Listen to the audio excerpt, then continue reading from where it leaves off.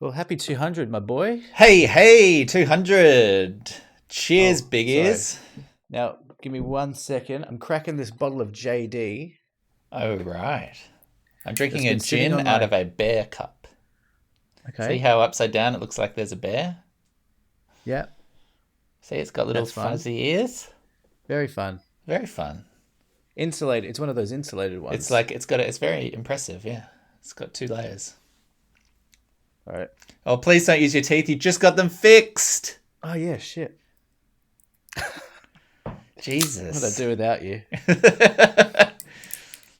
I've been saving this bottle. Oh, This is a gift for from 200.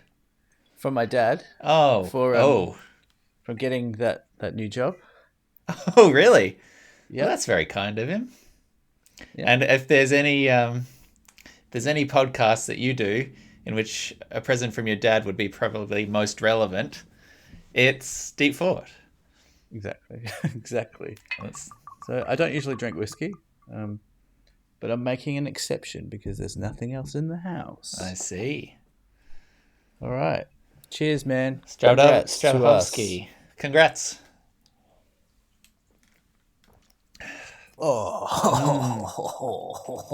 Oh. Wow, you it was strong enough to make you French. Yeah, that's how you know it's good shit. If it makes you French. No, It's good. nothing like a strong shot of Jack Daniels at 4:30 in the afternoon to really get your Monday going. On a Monday. Yeah. Oh, Lord have congrats, man. mercy. We're very close to within 3 weeks of 9 years. 9 years of Deep Wow. Thought, 200 episodes. Who would have thought back when we started on Toronto Ave that we'd still be here today? Even alive. Just Yeah. alive, just having survived into the 2020s. Yeah.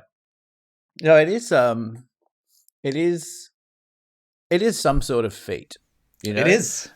You could argue that like 200 episodes over 9 years is not a great strike rate, but we put out I think we put out quality over quality, quantity, right?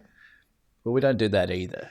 Well, but we aspire to quality over quantity. Exactly. We might The hit thought quantity over quality, but we're aiming for quality over quantity. we're aiming for quality. We just haven't. We just might not be capable of it. So the science and the data would probably suggest we're not capable of it. But I think if there's anything that we've demonstrated in this show, it's the human spirit of perseverance. We've got nothing if not perseverance. Yeah. And maybe this is just the start. Maybe this was the warm up we needed to hit quality now in our second sort of a batch of 200. Yeah. Now we're really going to try. Now it's really, I feel like we're approaching like a good, comfortable zone of quality. So look out, listeners. Yeah, watch out. Oh, it's been a few weeks. We've been traveling. I say I've been traveling. So apologies for the slightly delayed episode, everyone. But it's very good to see your face. How you doing? I'm great. I've got a lot to tell you. Oh, A lot has happened in those 3 weeks. Has it been okay. 3 weeks? Yeah. Yeah, So probably. sometimes I don't come to this show with anything prepared. Usually I don't, and I'm prepared to the nines. Oh God, not dressed to the nines, but prepared to the nines, Prepared to the nines. as everyone always says. What Okay, does gosh, to the nines mean? is it a golf thing? Because you have Nine holes. you have a back nine and a front nine of a golf course. If you're dressed to the nines, maybe you've dressed up. You put your polo shirt on. You got your flat shoes. You're out there on the green. You're putting, putting eagles. I'm going to look this up because this is what the show's all about. Yeah, fact-based storytelling. Okay. It says it's Scottish in origin. The bonny lies therein thou sent me, how to the nines they did content me. It's from Oh. a poem. Wow. Okay. But still none the wiser about what the nines is. Maybe it's a place. Well, some people think it's a misinterpretation of then ein, spelled Eyne. Eyne. Yeah. Oh. Well, that's fun fact corner. Oh, dressed to then ein to the eyes. Oh, I see. So it's like a Gaelic or Scottish. It looks like a misinterpretation. Okay, well, I guess we'll never know. But off to a flying start, Yeah, and clearly. I didn't feel the energy drop at all. So I feel like No, this is this is great. everyone's with us. Yeah, Everyone's titillated already. yeah, we've caught them. We've piqued their interest, and now just another 2 hours of solid content, and they'll leave satisfied. They always do. Welcome to Deep Thought, everyone. Episode 200. OMG, what a milestone.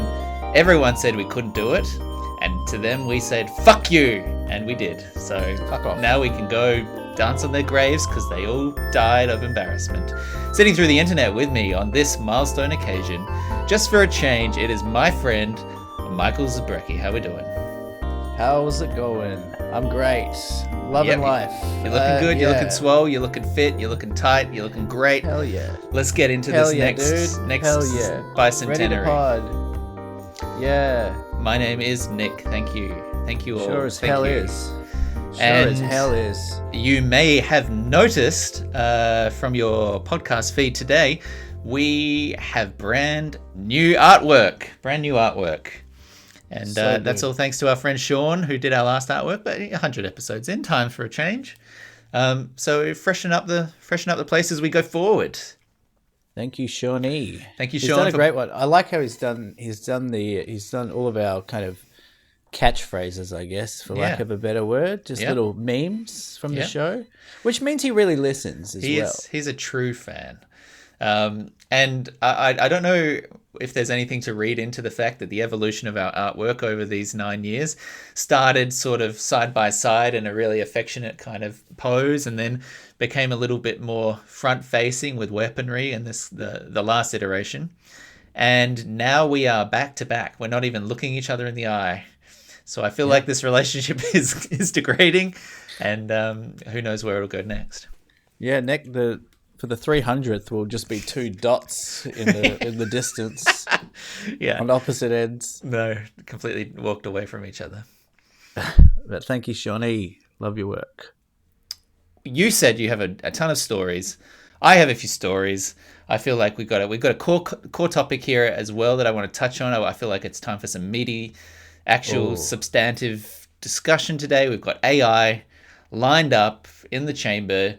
How do you want to tackle this? You got stuff to unload? You want to get some stories out of the way first? Honestly, I think we've got too much content and not enough time, Well, which is a first. the And first usually we time. have too much time and not enough content. But I reckon, look, I've got a couple of banging stories. Okay, that you're gonna want to hear this ep, I can't wait. and they relate to each other. So I reckon I might, and they're kind of connected. Okay, sure. That's also a synonym for relate. Yes. Yeah. More where that came from too. Great. For everyone who's tuned in for the first time, I promise it is as good as this for the rest of the episode. Go back to episode 1. Don't go back to episode 1. No, we're cancelled. Alrighty. Well, if you got some stories, I got some ears. Let me know what's happening. I got one story as well. So I got two stories. I got stories too, actually. So Oh man. I feel like this gin has gone right into the brainstem. I have not eaten in Love several that. hours, but let's enjoy the buzz. Hell yeah! I got a few hairs on my my chest from that JD as well. So Yeah. Okay. feeling Fill me in. molassy. All right, so I'm in the process of selling a lot of my stuff. Yeah. And one of those things was my car. Oh. And I've had some very interesting experiences selling my stuff. Very Right. interesting indeed. Now, if you're a diligent Deep Thought listener, you may recall discussions a couple of years ago or so about buying your parents' old car. Is this the same car that we're talking about? That is completely correct. Okay. So That's the how long have you CX-5, owned it baby. for? I've owned it for, well, technically I've only owned it for 2 months, but I've been driving it for a year and 2 months. Okay. But I just, got the plates changed recently because it was in South Australian plates. Sure. So So 2 months ago, you decided now's the time, and at that point, you didn't have the inkling that you'd need to sell it, or is switching the plates necessary in order to sell it in Victoria? yeah, the second one, I need to put it into my name and put it in, change the plates, and it's, to be honest, it's a lot of bureaucratic fees that Sure. just don't make any sense, and it's a rort here. Okay. Honestly, like it is fucking, it's like in the thousands to get it changed over. So I have Yeah. been avoiding it. Um, so I listed my car on Marketplace initially, You and went just for gotten, Facebook. well, car sales Okay. it costs you Oh, 120 bucks. I get you. I get you. I'm just wondering the kind of clientele that is looking for a car on Facebook Marketplace. Well, this is my mental. It's if I can get away with saving 120 bones, then I'm gonna do that. But I found out after about a month that I'm gonna get nothing but absolute crap. Yeah. Like no one followed up. Like plenty of inquiries, but no one followed up. Yeah. So I bite the bullet. I fork out the 120 and I put it on car sales. And then within like 3 days, I'm getting like some serious inquiries, people wanting to meet up and stuff. So I get this one guy. He messages me, wants to meet up. He comes around and he's got his daughter with him. You know, she looks like, I don't know, under 20. And he's saying that like it's for my That's daughter. It's kind of a actually, non-specific age. Like that could be both like a 4-year-old and an 18-year-old. well, it can be a 16-year-old to a 20-year-old Okay. because she's buying the car, Okay. or so he says. Ooh. Yeah. So he says it's my daughter's first car. Like it's a kind of a nice car. So Yeah. it's like a Mazda CX-5. It's in Yeah. good What condition. year? 2014. Yeah. Like, so Right. it's not Pretty like top of recent. the line, but Yeah. like for me, it was the best car I've ever driven. And Yeah. You've driven we're some shit talking boxes. Yeah. absolute trash boxes. Yeah. And this is not a small amount of money either. That I've listed it for. So I don't really want to say what I've listed it for, but Sure. it's in the high. $35,000. Let's say that.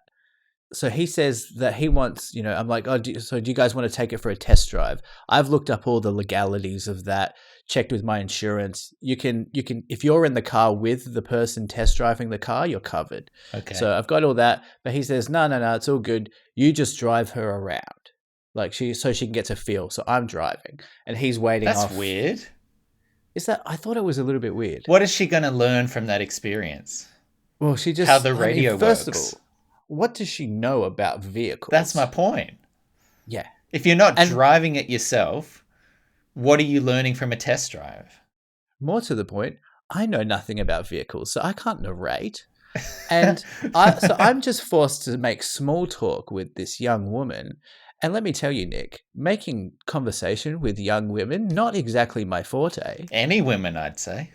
Any women. So I'm like, so you team Edward or team Jacob? I've got nothing. She's like, what the hell's that? I'm like, what about that Silicon Valley bank collapse? Yeah, it's pretty crazy, right? She's like, what's a bank?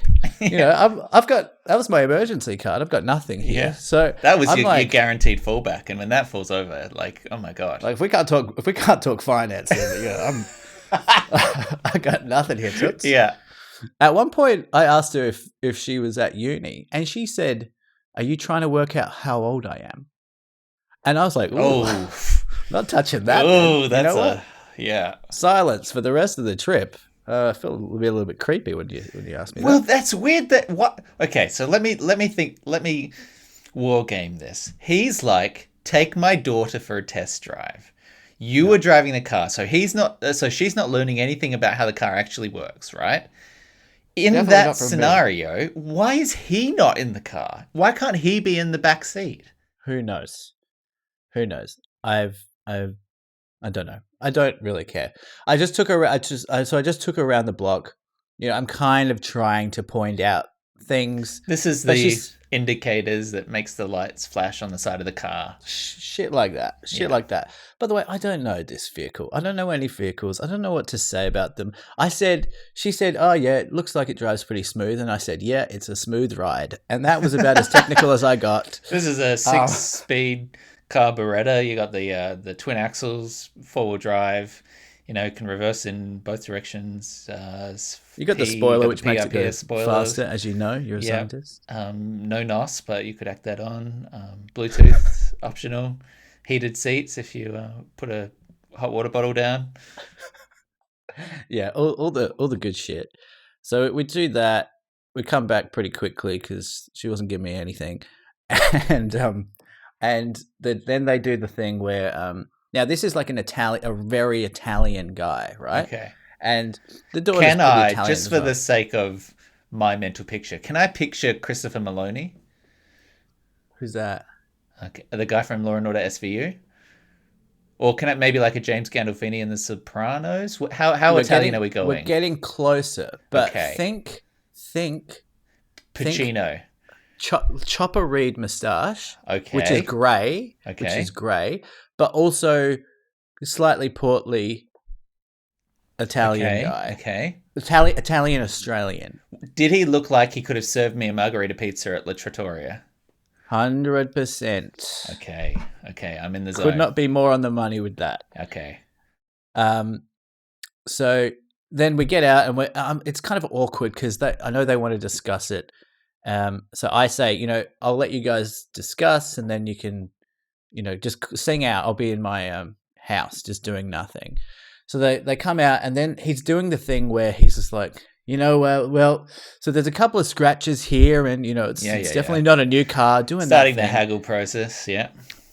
And I'm very familiar with this process because I too have an ethnic father, right? And I have seen him do this maybe 100 times at Coles. This champagne ham, it's got a couple of nicks on the side. How about $2.45 a kilo?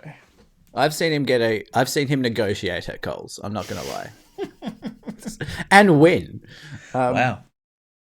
So he's starting this thing, and I in my head I'm like, stay strong, baby. Come on, stay strong. Like, I'm really trying to give myself the pep talk because, I feel like negotiating, especially. Oh, by the way, he says he's a panel beater, so I'm like, fuck. Like, he's got one up on me here. I don't know much about cars, but I know that's car related. I know. Do cars have panels? Yeah, that's what they do. Do they get beaten sometimes? Yeah, that's their job. I'm like, cool. You're like, fuck this guy.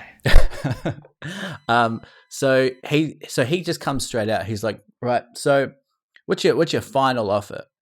And I said, oh well, I've kind of factored this into the listing price. Yeah. And so I say, my final price is. So we said hypothetically 35. Then let's say. I said my final price is 33.5. Okay. So I knocked off $1,500, anticipating that would be, I was kind of hoping for that at the top end, but was happy with that at the lower end. Yeah. And so he goes, okay, look, it does have a few scratches and stuff, and so we'll offer you 33.2. How about that? As in $300 less. $300 less than my lowest price. Sure. And I go, all right, sure. Yeah, I'm kind of just want this thing to be over. It's such a hassle. Really. Yeah. It is such a hassle. I don't want to make small talk with another 13-year-old girl. You said she was 16 to 20. It's hard to tell these days. Yeah. So we go up inside, and again, like, I don't know what to do. So he's kind of taking the lead. He's really alpha dogging the situation, which makes me feel small, but I also feel like I still am winning because I'm still getting, a sizable amount of money. And I didn't cave to the point where, if he lowballed me and said, I'll offer you $13K, there's a part of me that thinks I might have just in the moment just go, sure. So I felt like I was still up. And we go inside, and we draw up like some manual contracts just on a pen and paper. And he wants me to take it to his mechanic so we draw up the contracts, and it's pending inspection with his mechanic. And I'm like, okay. And he does this. It was so fucking David Brent. he's like, I'll get my guy Mario to come. He just wants to check it out. He's one of my guys. He's a great mechanic. When are you free? And I'm like, oh, I could drive it over there on Thursday. And he's like, okay. He rings up Mario there and then on the spot. Does this. Mario, how you doing, big fella? Like doing that stuff. Take it over to the mechanic. I asked Mario, by the way, when I was there. I was like, oh, this guy's a friend of yours. He's like, he's not a friend of mine. He's not a friend of mine. He's a client. He's very much a client. Yeah. So that made me feel better because I'm like not just slightly more objective. Yeah. So the mechanic's report comes back. He's like, it's a good car, but it's got this and this, and I need to tell him, blah blah blah. Anyway, so then so I took it there on the Thursday. Then Thursday late morning, after I've taken it to the mechanic, I get a phone call from an unknown number, and it's the mother of the daughter. Okay. Right? And it's blocked number, or it's like you just don't recognize it? I don't recognize it because I've been dealing with the dad. The guy, yeah. This is for the daughter. Yeah. Right? So then the mum says, hey, she's really nice. Hey, we've taken, our friend Mario. I was like, friend. Our friend Mario said that, there's this and this and wrong with it. And, it's our daughter's first car, and she saved up all of her money to do this. So I'm just wondering if you could find it within your heart to drop a couple of $100 off. And I'm like, I knew this was going to happen. Yeah, I knew this was going to happen as soon as I took it to the mechanic. As soon as the mechanic said there's a couple of things wrong with it, I'm like, I'm going to get a phone call here. Didn't expect it to be the mum. Now I've met the entire family. Yeah, you have. I'm going to meet the dog next, cousin next. I'm guessing. Yeah. And so I, again, very proud of myself. I stayed strong. I said, look, I spoke to the mechanic myself. He said it's in pretty good nick for the year it is. I'm kind of reluctant to drop the price any further because I've already given you such $1,500 off. Good job. So why don't you have a chat with your daughter and get back to me with a price? What's your? I know we've imagined a price of $35,000 here. I picked that number completely as a wild overestimation. Is it unrealistic that this girl has saved up her money to buy this car? I would say so. Yeah, so this is clearly their money that they're spending, right? There's no way that she could buy an 8-year-old pretty decent, what is it, like a Subaru thingy? Mazda CX-5. Sure. It's a solid car. I would say it's given what I think her age is. Yeah. 8 years old. So this is some bullshit that the mum is feeding you. I feel like that. And I'm like, I've spoken to the mum. I've spoken to the dad. You're coming to me with this sob story, asking me to drop the price. I'm like, you know what? Put the daughter on the phone. I want to hear her beg for it. She's the only person I haven't spoken to yet. Yeah. I want to hear the desperation in her voice. Yeah, Don't and also send in your if goonies it's like to do your dirty work. $200, can't you put out $200 if your daughter's paying for it, right? Like, geez. Give her $200. Fucking cheapskates. Anyway, so they come back and they say they want 32,000. They want 32,000. So it's like $2,000 less now. Okay. And $3,000 less. It's $2,000 less. So I not 33. Yeah. Their price after the mechanic's report was $2,000 less than what I wanted to pay. Listed. Yeah. So I bumped it up $200 and met them in the middle. Yeah. And said, so it's still a little bit of negotiation. And then they said, that's a deal. So locked in, deal. I feel good. Then they come over. It's the parent, it's the husband and wife come over on the Saturday to finalize the paperwork. Yep. It's going into the mum's name. So this is a whole fucking ruse. Okay. Yep. It's going straight into her name. I asked for a bank transfer. I mean, this is a lot of money that we're dealing with. A lot of money. Yeah. So it's all these like little things you don't know how to like navigate really. Yeah. So I asked for a direct debit bank transfer. I just felt that was safest. They rock up with several $1,000s in cash. Yeah. In cash, bundled up. Which is probably not as much as it looks like, right? It's always like, you're like, that can't be thousands of dollars. Well, it was heavy. Yeah. It was heavy. And then they're transferring the rest, which is like the bulk of it. And that in itself is like a very nerve-wracking process because I have to go. It was done on a Saturday, Yeah, which and means the bank isn't going to show that funding until at least 2 days later. correct. Then this morning I went down and I was like very nervously took several $1,000s To in the a bank. back to the bank, and I'm Jeez. like, I don't have a car, so I have to walk there.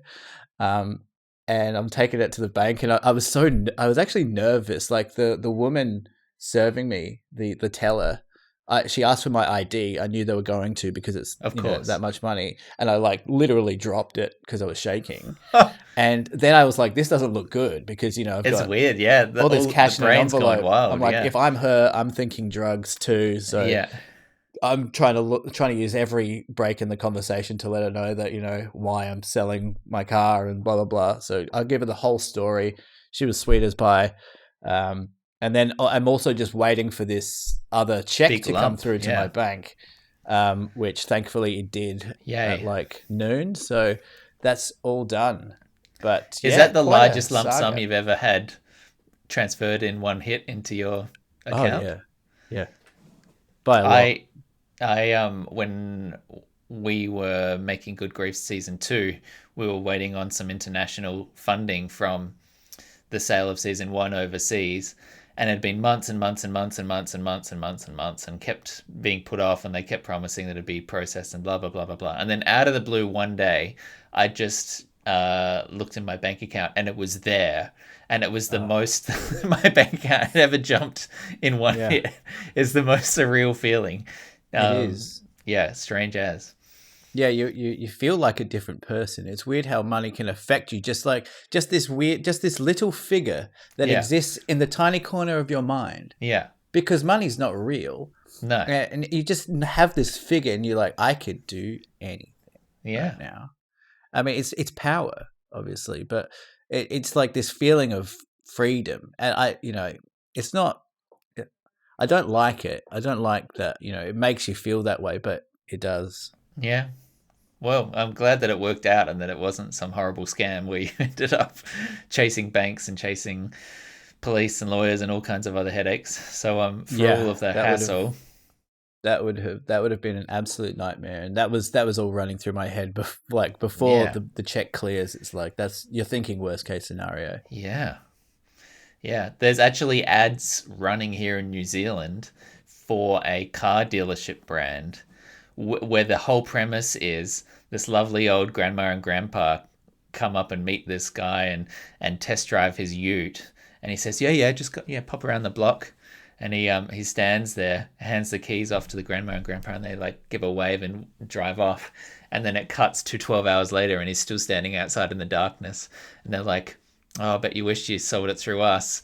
And Yeah, the whole risk of these online transactions where it's like private sale definitely permeates those kind of transactions. I'm sure the fear of it going wrong.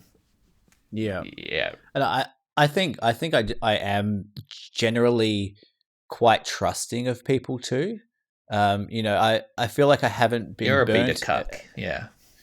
Okay, you sound like my dad. But I feel like I'm like in my head, I meet these people in person. I'm like, these are lovely people. Like they remind me of my folks, a little bit. I'm like, oh, Seeking I'm not affection going to from the get ripped father. off. Yeah. And then you and then once you're apart from them, you're like, then you're going through all the thing. Like maybe if they're conning me about the daughter. Maybe they're conning me about the whole thing, but I got sent receipt numbers and stuff, so I think it was pretty above board. But I Yeah. don't know. Anyway, that's the car saga over. I've already been talking for half an hour. You go. Okay, I got one that has similar levels of depth, complexity, peril, danger, financial worry. Yeah, buckle up because this story is going to take you places. And our listeners are going to be exhausted after Yeah, this show. put everyone crawl onto the floor and put the socks back on that you just lost in the last story because they're about to be blown off one more time.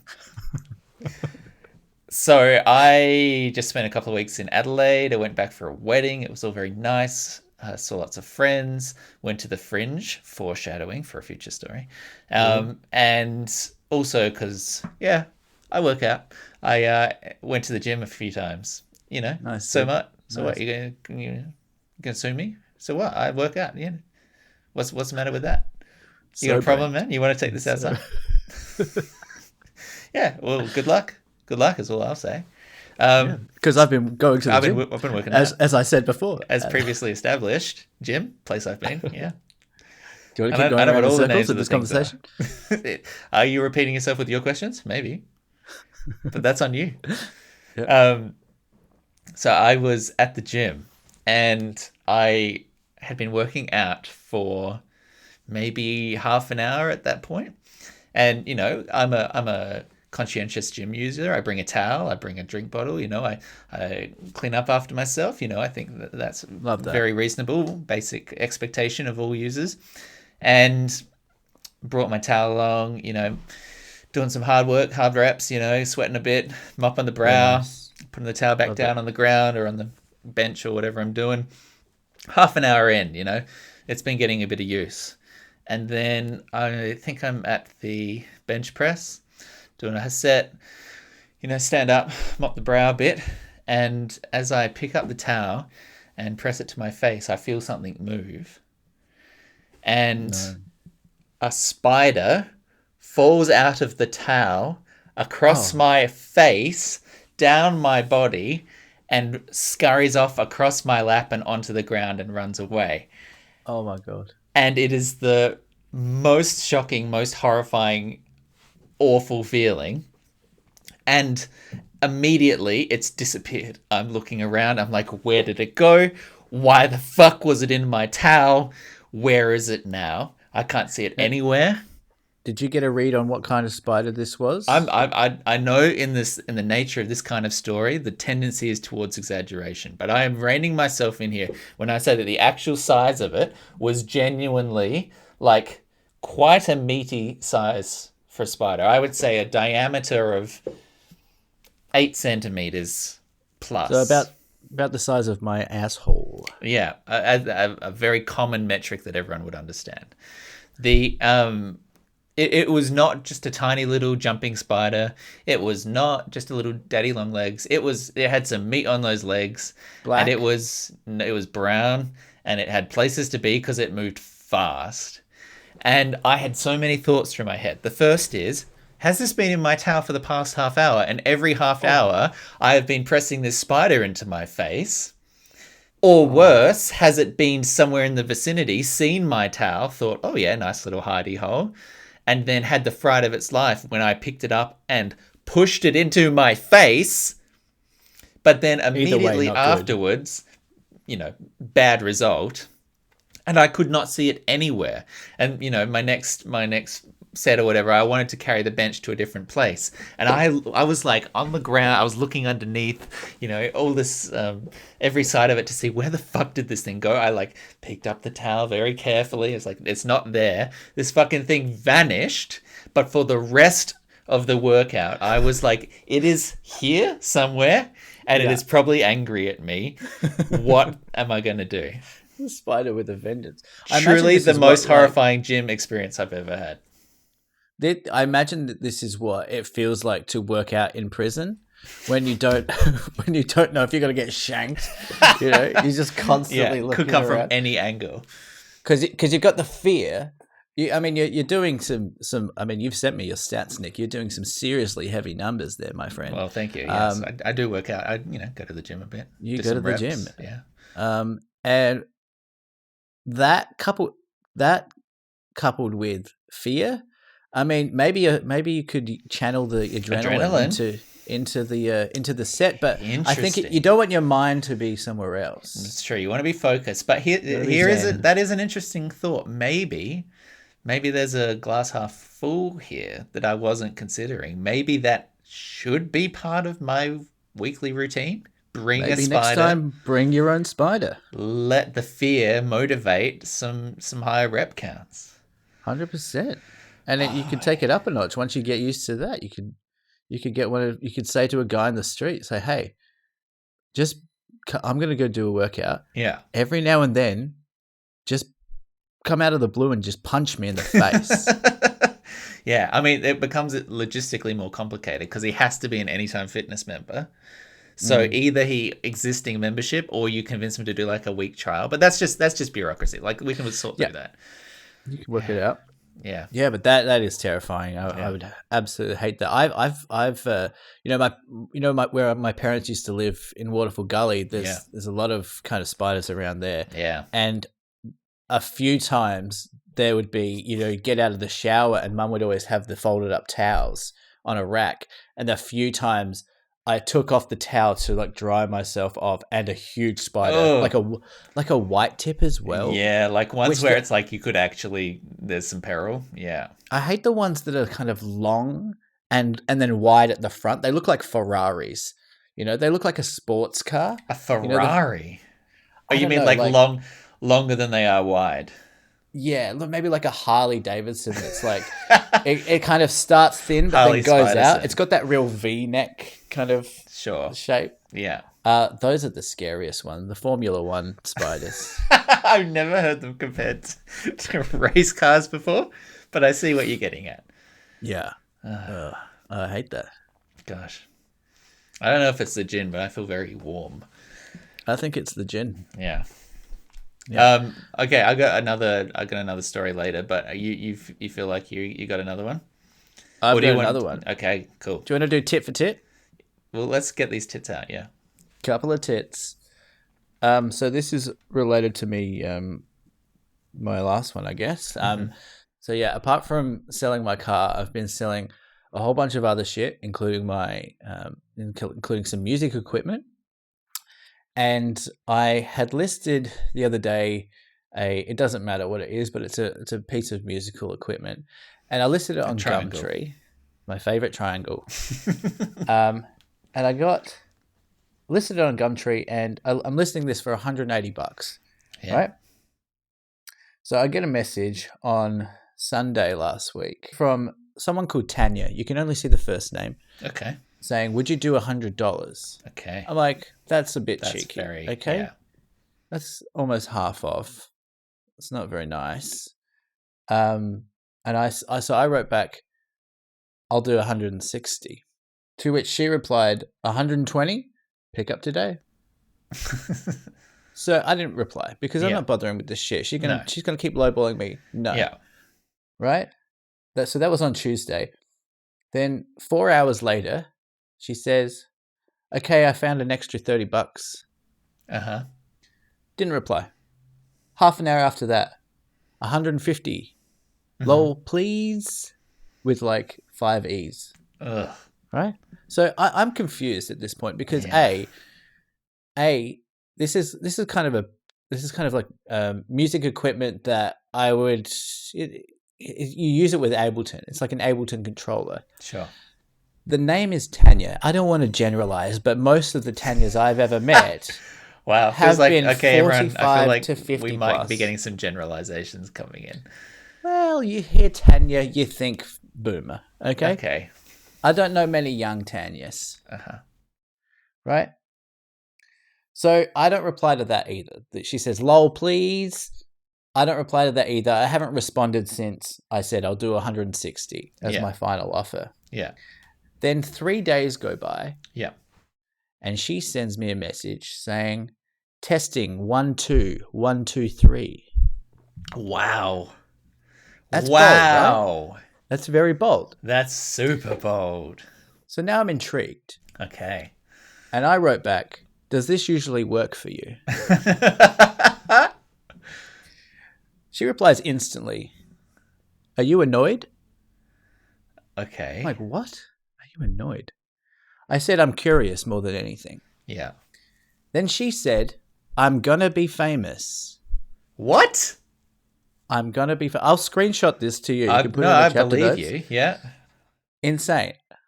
I said, I can tell. Now I'm vague. Now I'm enjoying this and possibly vaguely flirting, I think. And then she says, I don't mean to bother you. I'll move on. All the best. Okay. And I said, good luck. And so that was the end of that. But just a very odd interaction. coming back with a testing 1, 2, 3, Yeah, it's very and then sharp. disappearing without making another offer. That's an odd behavior. I'm intrigued to meet this person, but also they might kill me. But here's the other thing. So I I typed into, with all of these factors that didn't make sense, I typed into Facebook Tanya and just thought maybe, What? There'll be fucking millions. well, I'm looking for a very specific type of person, Nick. Okay. I'm looking for someone who's younger Uh-huh. because no one, because of the No way one they're 50s talking. is going to be, I'm going to be famous, right? I'm also looking for maybe like a music thing in their Uh-huh. in their Melbourne on their based. presence. Yeah. We have one mutual friend called Tanya, so she's off, Yeah. right? So she's the first one that comes up. The second one that comes up is a young woman named Tanya, who I have 8 mutual friends with, who lives in Melbourne, and she is a musician. Okay. And I know that because I've paid to see her play. Wow. She's played with Sharon Van Etten, so I know that she uses this gear. Oh. So my suspicion is that it's this person who is actually quite a prominent musician, Right. and her name is Tanya, and she goes by the alias. Blah, blah, blah, blah, blah, blah, blah. Yeah, yeah. But yeah, I suspect that, I heavily suspect that it's that person. But solid banter. Yeah. A little bit what would you call it? Self-important. I'm going to be famous. I mean, I think it's tongue in cheek. That's how I received it. Yeah, but like, you don't care. What am I going to do? Sell it to you for cheaper because you're going to be famous one day? What does that matter? Yeah, I think it's a joke, but you know, you gotta love those types of interactions. Yeah, gosh. I have one last little story, which is a trip story that we went to, and then after this, I think we can get into the meat of it. But I was in Adelaide in March, which, as many would know, is the best time to be in Adelaide because it is fringe and festival time. It is. I love Adelaide and the fringe time. So good, you know, those late summer nights, those a month worth of shows and comedy and music and cabaret and stuff to go to. Just a great time to be there. It'd been many years since I'd been back for the fringe because it's just not a time of year that I was, getting away from New Zealand typically. But a good time, and Casey and I went to a couple of shows, and yeah, just nice vibes in the gardens, all real good. And so I was looking for, in a fairly packed week of catch-ups and that sort of thing, I was looking for opportunities to go and to what sort of show we might go to. And of course, for a New Zealander, there's not that many or really any recognizable names. And if it is a name you recognize because it's a Kiwi, then you might as well just go see them when you're in New Zealand. Like, it's a little bit pointless. So I was trying to find someone that I knew that I felt like was a reliable gig that would be, up his alley or of passing interest that you could enjoy the night. Yeah. And I settled on Sam Simmons, who I assume you know, a slightly old comedy guy, getting a little bit older these days, but some great stuff in the early 2010s and onwards. And he had a show at the Fringe. And we went on the Sunday night, which was the last show of his series, his time in the Fringe. And so we bought tickets, we queue up, we get inside, and he comes out on stage, and he just seems a little bit off, and he's a bit of an alt comic. Like, he's a bit of a strange guy. He likes a bit of a non sequitur. He's a bit of a weirdo. He plays like videos and does some singing. He's quite like multimedia in his stand up. But he's a bit of an oddball. And he starts the show. He comes out and he says, "God, I just feel really sick tonight." And he goes, "Well, I was at the Exeter last night and I had some drinks, and I had one drink and I just don't remember anything afterwards." And we're all like, "Hey, like waiting for the punchline." He's like, "Are any of the guys from the Exeter here tonight?" And there's a couple of guys out the back who's like, yeah, yeah. And it's like, That was stuff. just like, I guess like people he You're gonna bumped do. into at the pub, and he gave them some comps or something, and they showed up. Okay. That was my interpretation. So there's a couple of cheers from blokes out the back of the gig. It's like, yeah. It's like, yeah, yeah. Cool, cool, cool. Did you guys spike my drink? And there's this sort of like silence. It's like, yeah, because I had one drink and I don't remember anything from like 7 o'clock onwards. And the audience is like really unsure. It's like, is this a joke? Comedy. Is this a punchline? Is this like his vibe? Or is this real? And it very sort of quickly becomes clear that this is real. At least to me, I read it as this is 100% a thing that happened. And Is so, he telling jokes in between this no, story? this is just It's like not at the funny. top, yeah. So It's this funny is, because people think it might be a joke. Yeah. But they're not sure, but it's like nervous laughter from the you're audience. sort of like waiting for it. You're waiting for the thing, but like you're there to see a comedy show, so your expectation is that, like this is, you're coming into primed to laugh at it, right? Yeah. And then he's like, yeah, I literally, I can't remember anything that just happened. I just feel so sick. I only had one beer. And then there's this long sort of silence, and he goes, well, anyway. And then he gets into this thing, and he hits play on this song, and then starts singing along to like a video and a track. And for the first half of the show, after every song, he's like cutting the song short. And then he's like, oh man, it's just not working tonight, is it? And everyone's sort of like, it's like, well, okay, so okay, we'll do this one, and he'd do this little like pre-rehearsed spiel, and he'd get into the next song, or get into the next bit, and he'd come out of it, and he'd be like, "It's weird in here, isn't it? It's a weird vibe," and everyone's kind of thinking like, "Yep, Sure is. yep, it's a weird vibe," and I know it's me, I know that I'm the cause of it, and I'm sorry about that, but yeah, I just feel way off, and everyone's like, "Yep." Sorry. And then he sort of kicks onto the show, and about halfway in, he's like, "Okay, I feel like I've clicked into it now. I feel like with that one, I'm on it a bit more, and yeah, I feel like I'm back in it. That was just weird, that first half, wasn't it?" And everyone's like, "Yeah." And the songs themselves and the rest of the gig he's doing are more explicitly jokes, and there are laughs, and he's involving people. And then anyway, the rest of the show finishes, and he gets to the end of the night. It's like, yeah, man. God, that's not how I thought that show went. It was just fucking hard work, wasn't it? Yeah, God. What do you think I should do? And everyone's like, it's like, do you think I should go to the police? Like, because I can't, like, I think I was drugged. Like, I think I was roofied. And, like, there's a few murmurs of people being like, yes, go to the police. It's like, oh, fuck. Like, do you think I should go to, the hospital or whatever and, like, get it? And everyone's like, yeah, go to the hospital. And then he was like, all right, thanks for coming out. Have a good night, everybody. And he walks off stage. It was the most surreal kind of gig I've been to. And all the way through, you're thinking, like, is this the joke or is this not the joke? And I've landed on the side of it was not a joke, which is just not the vibe you get comedy from. It is. It does sound kind of funny to just constantly be bringing. It's kind of a through line for the show. Yeah. And to constantly bringing it back from. I agree from what you've said. It sounds like it probably was true. Yeah. But I think he's made a conscious choice. Yeah, maybe he does feel weird, but it sounds like he probably made a conscious choice to announce it, maybe as like a, in case he is off, which he was. Yeah.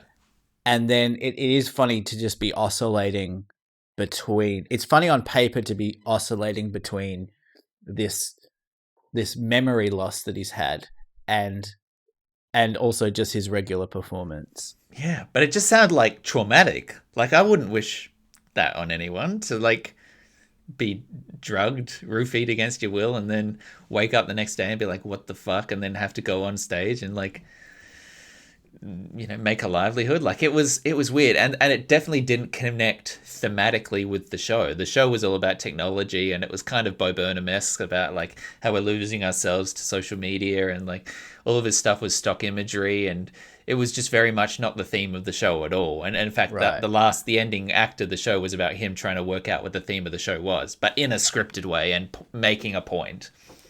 And Right. then this whole other thing was just like not connected. It was a strange tangent. But I like exited the show and I was like, so what did you think? And Casey was like, bit weird. Yeah.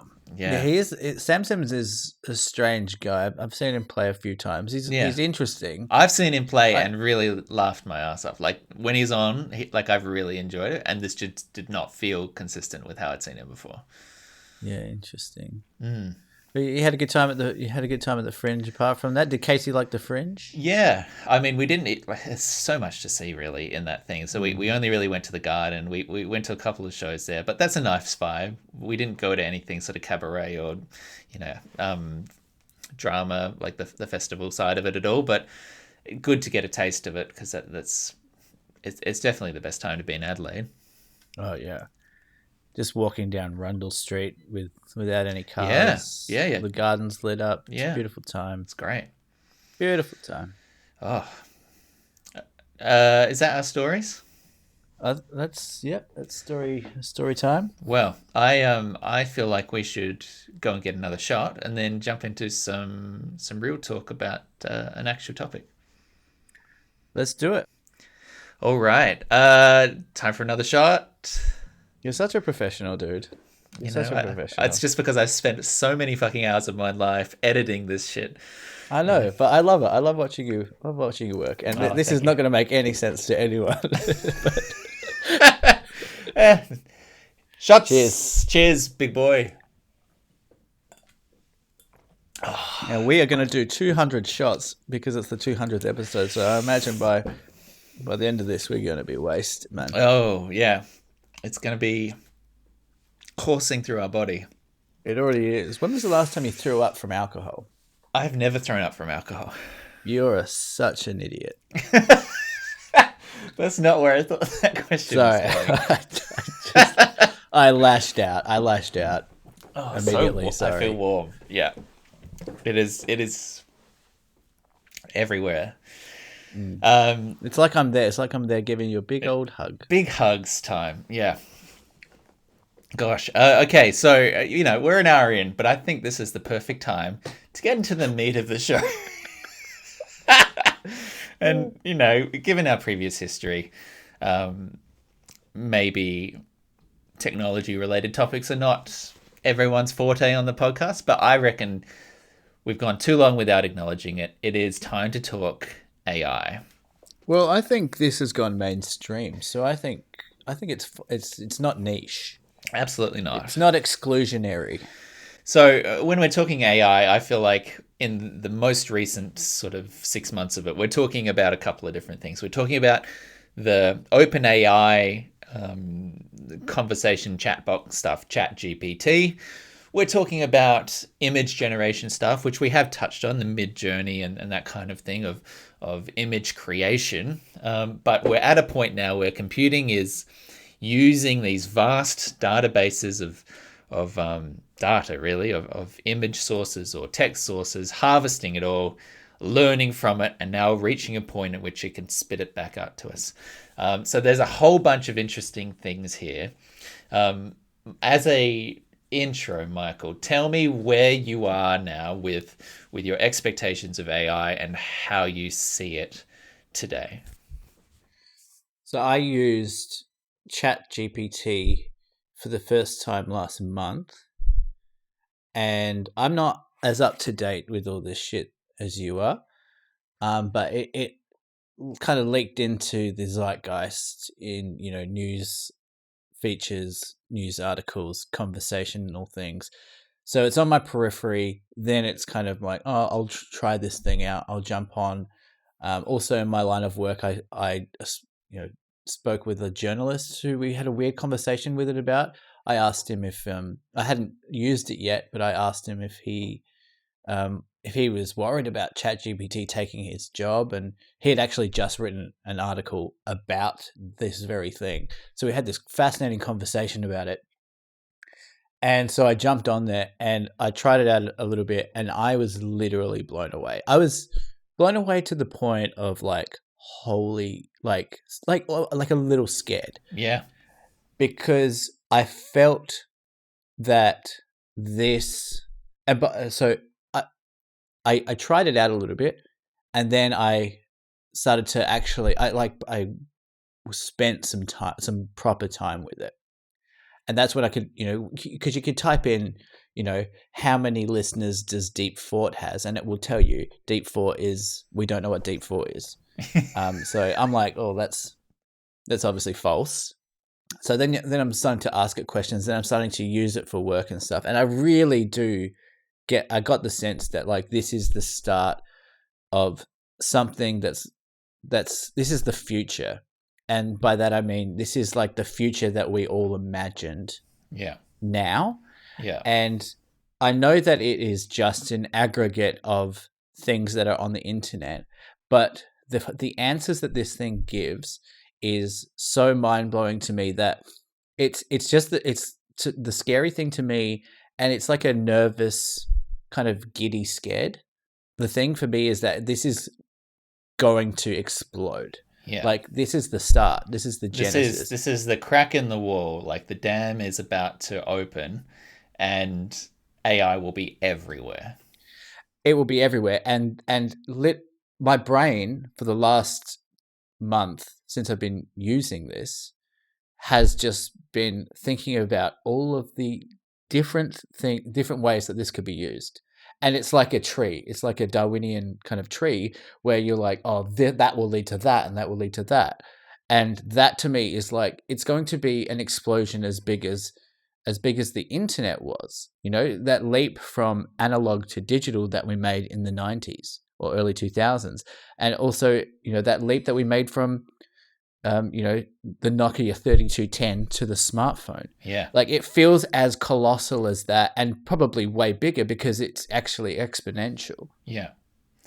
It is hard to know whether, as you say, this is the very start of everything going crazy, or whether this is the sort of the level that it will be on for another decade. Because one of the things that has become clear, particularly with text-based stuff like ChatGPT, is that the way it operates is by predicting the next word in a sentence based on its language models. So it's not actually knowledgeable about pulling out data or information or facts. It predicts what the next word in the sentence will be based on its understanding of other sentences and other data that it's ingested, which means that it often just fucking makes shit up, just makes completely inaccurate claims about completely wrong-handed ideas, and often in a way which is delivered almost impertinently, with like this attitude, or like it can be kind of aggressive towards people if you get it in the wrong mood, which is fascinating. Absolutely fascinating that you can encounter like personalities in this AI. But the unreliability of a lot of that information does suggest that it's definitely not the answer to everything just yet. But whether or not we're at a point where that will suddenly click over and whether accuracy will suddenly jump up, or whether this is the best we are going to be able to do for another decade, I'm not sure. But it's a really interesting place now where for a lot of things, like if you were writing a form response for a work email, or even to a certain extent some basic like English, like high school work or that sort of thing, it can supply things. If you're looking for if you're a coder or a web developer and you're looking for very specific data formatting or coding information, it can quite accurately give you stuff to get you started. But when it comes to basic facts, it's not always there. Yeah.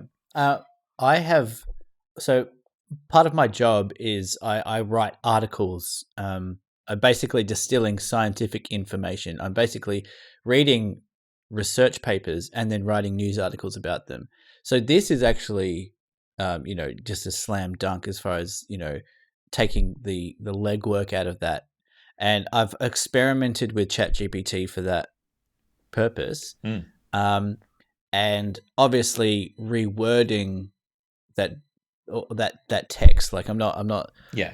I'm not just copying and pasting, but you can. It is extremely helpful for my job.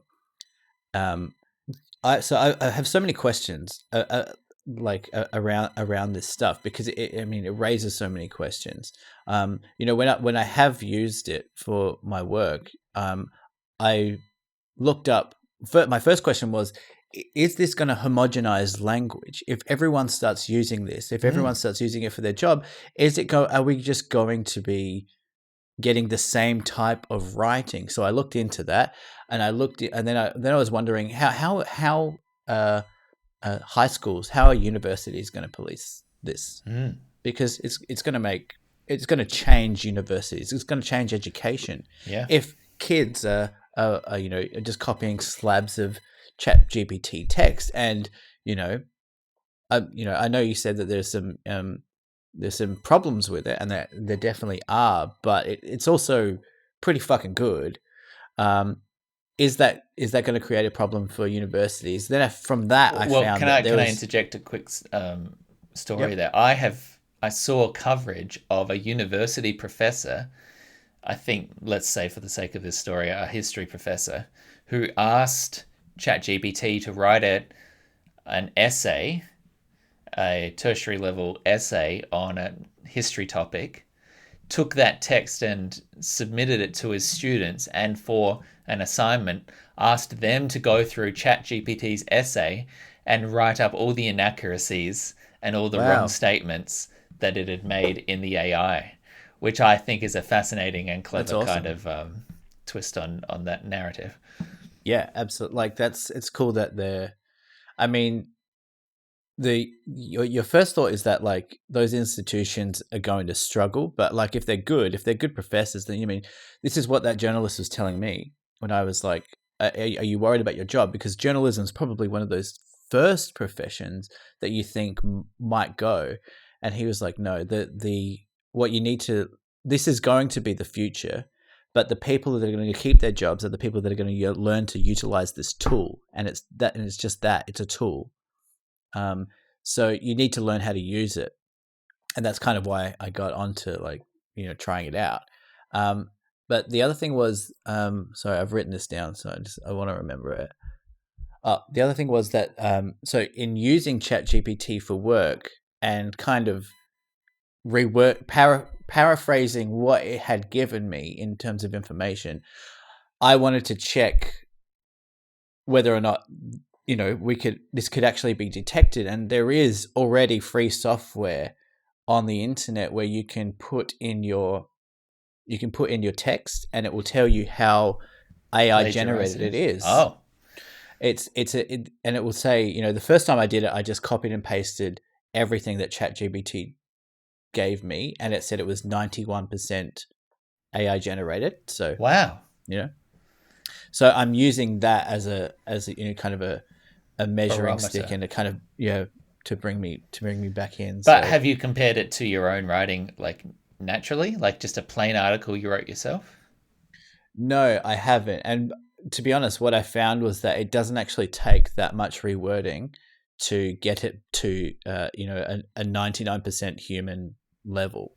Wow. Which is just it's just honestly fascinating, because we're getting, I don't want to jump the gun here, but we're already getting into the world of deep fakes, and you've probably seen those deep fakes of Joe Biden or Vladimir Putin and stuff. And I just think that this is, technology is and always has, since the internet, as far as I can tell, moved faster than society can keep up, and that is going to cause so many fucking problems. Like if you have a fucking a faked video, when the technology gets as good as it can, or if it gets twice as good as it is now, indistinguishable from lifelike, you could potentially have fucking warfare on your hands. If it's, and then what are we going to do? And then when we're deep faking images, are we going to need to have everything verified? Is it going to be like Getty Images needs to verify every image, or it needs to go through a certain specific channel in order for it to be legitimized? There are so many offshoots of this that feels like this could really run away from us as a civilization. Well, it's fascinating that you bring up Getty Images because they are one of the most prominent. What's the word I'm looking for? I was going to say antagonists, but like opponents, I suppose, of this movement, because one of the huge issues that a lot of the concern about AI revolves around is the use of creatives and authors' work without permission. So the way that AI works is by ingesting a whole bunch of source material and data, whether that's text from like crawling the internet or images, and it ingests that, analyzes it from like a neural network kind of like thing and learns from it, and then starts to recreate based on what it learns. One of the image generation softwares, the Midjourney, I think, in particular, is being sued by Getty Images because when you ask them to generate maybe like a red carpet pic or something like that, the AI software would do so and superimpose the Getty image, the prominent Getty image watermark over these pictures, Wow. which only happens if the imagery that it's ingested is the copyright of Getty Images. And so Getty Yeah. Images is suing them, saying that they have improperly scraped things that didn't belong them and stolen that visual imagery. And it's unresolved yet in the courts. But that use of other people's property, same thing of artists. Like there are some prominent digital artists who do a particular style of drawing, and you can type them into an image generation thing and say, show me two kittens on a surfboard in the style of Salvador Dali or Leonardo da Vinci, or prominent still alive artist, and it will generate images that look like that, which means that it is absorbed and analyzed the traits of copyrighted material. And that is a truly tricky area of art and the collision of art and science and technology and law going forth that is still unresolved. Do you have any? I mean, you're a journalist, right? You studied, you did a Thanks. journalism degree. Legitimately, you did a journalism degree, and Yeah. you are leaning on GPT here, Chat GPT, to assist you in your work. Do you have any concerns about the morality of these machines going through and vacuuming up human work to then replicate it for others for free? I've always leaned on the side of, you have to learn how to adapt to your environment. I don't think there's any point in complaining that, oh, AI has taken my job. Or it's like the Uber taxi thing, like adapt or die. And it sounds weird coming out of my mouth. I don't mean to be that kind of bold, but like that, like philosophically, I feel like, you know you need to learn how to adapt to whatever environment you put in. Yeah, maybe it sucks, and yeah, maybe we'll long for the old days where everything was written by humans. But I just don't think that is the world that we are going to be living in 10, 20 years. So I feel like it's a case of you need to learn how to use this. I mean, you have created music. You've been in a band. You've been a composer. You've written work. Would you be happy with a computer coming in and taking that work and replicating it without paying you, without acknowledgement, without your permission? I mean that I was thinking when you were talking about the art thing, that like, yeah, man, what a sad, well, because that's where it's going. I mean, we're doing that with, as you said, the Salvador, in the style of Salvador Dali, paint two kittens on a surfboard. The next iteration of that is going to be write a melancholic piece about the summertime in the style of Beethoven. So we're going to get to that eventually. That will happen. It'll Yeah. generate sound. And then from there, I guess we are basically just living in a world where everything is computer generated. Write me I a wonder. Beyonce track about Doritos spicy Mexican flavor. I'd listen to that, but like that, but that is where this is going. Yeah. That, to me, that is exactly where this is going, and there's nothing we can do about it. But is I there just nothing wonder we can if do about it? Because I feel like there are things we could do about it. Because if you cut this off now at the pass and you say, if a neural network, an AI, has been trained on data that is private or copyrighted, that the owner of that AI, the owner of that algorithm, is liable to pay the relative dues of that artist's proprietary work, which they have not consented to give up, then that can slow and indeed possibly prevent some of the ways in which that takes place, some of the ways in which that technology rolls out without destroying the sector that it's feeding on. And if you'll allow me one further analogy, the so streaming music formal. model technologically has been incredible for consumers. The idea of paying a single subscription and getting unlimited access to the entire library of music that exists on the planet and has ever existed is unbelievable. But in terms of supporting artists in coming up in the world, is devastating, because there is no more money to be made in music unless you're at the top. And I don't know that your 0.0008 cents for every stream in Spotify is going to help anyone. And we are yet to see the long-term repercussions of that. But I would argue it as an example of where the technology got ahead of the law and of the arts, and the consequences are yet to be felt. But just because it could happen doesn't mean that it should have happened. No, but I think it does mean that it will happen, because it's too big. It's too big for any one individual, and that's kind of who it affects. I mean, it affects people, well, who are participating in this or consuming it. It's one person on their laptop or on their phone.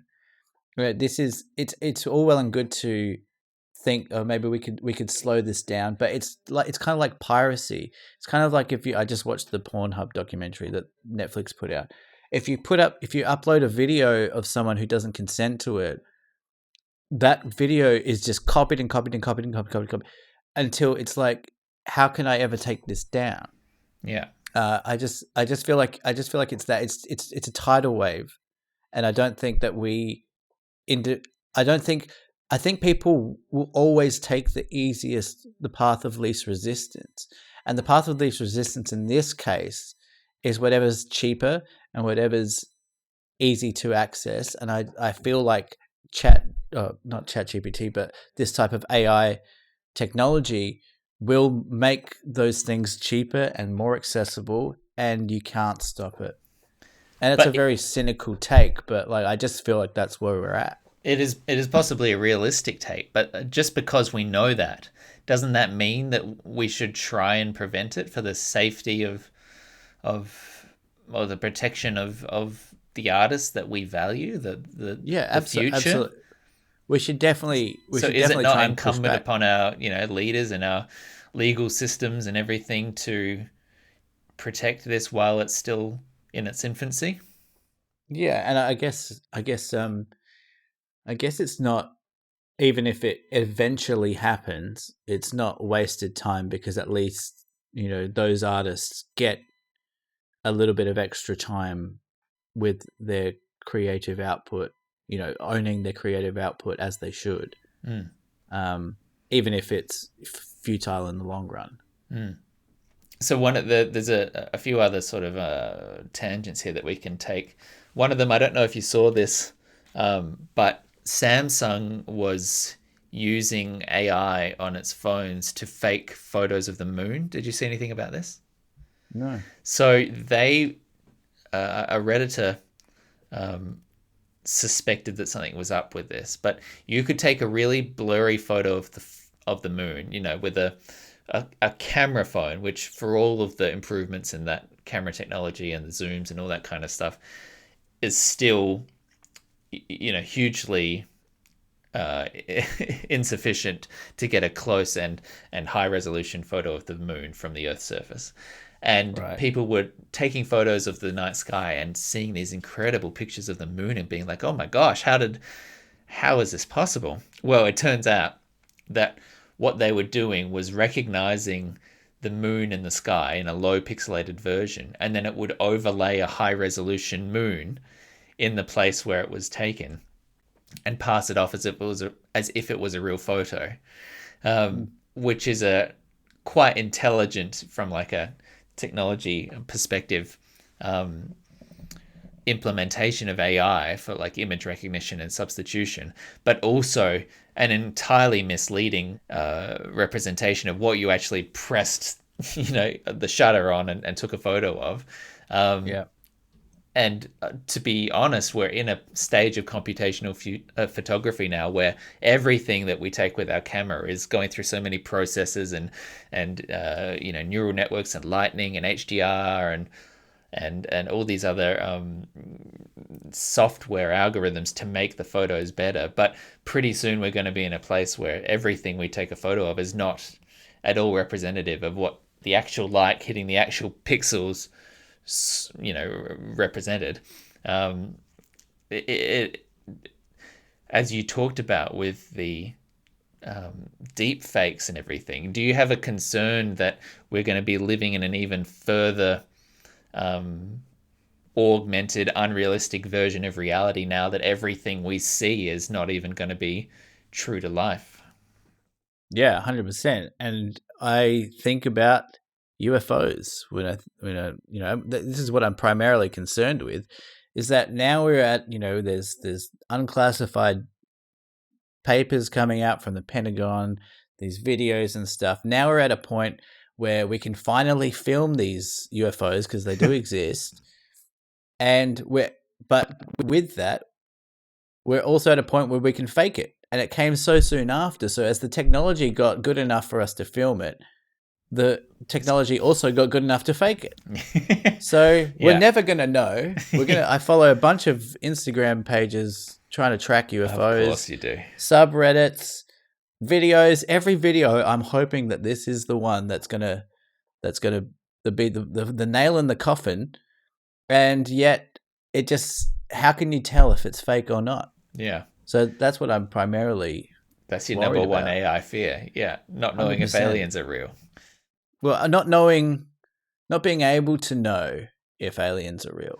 Or anything. But primarily or other aliens. Stuff. Yeah. Or other stuff.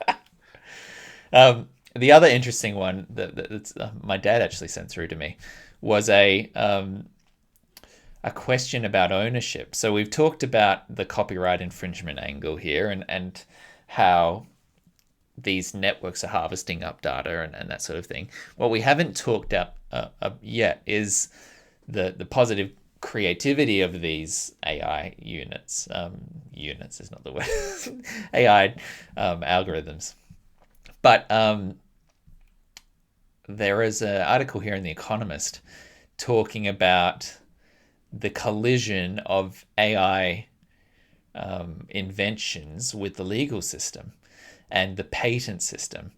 So, in summary, in 2019, Britain's Intellectual Property Office denied Stephen Thaler, an American computer scientist, patents for two inventions, a beverage container and a search and rescue device. The applications were not denied because the inventions lacked novelty, but because the named inventor was not a human being. AI is often used as a tool to help researchers find new inventions. Applicants normally put the name of the person or people who worked most closely with the machine as the inventor. Until now, this has not been a problem because AI has always required human assistance.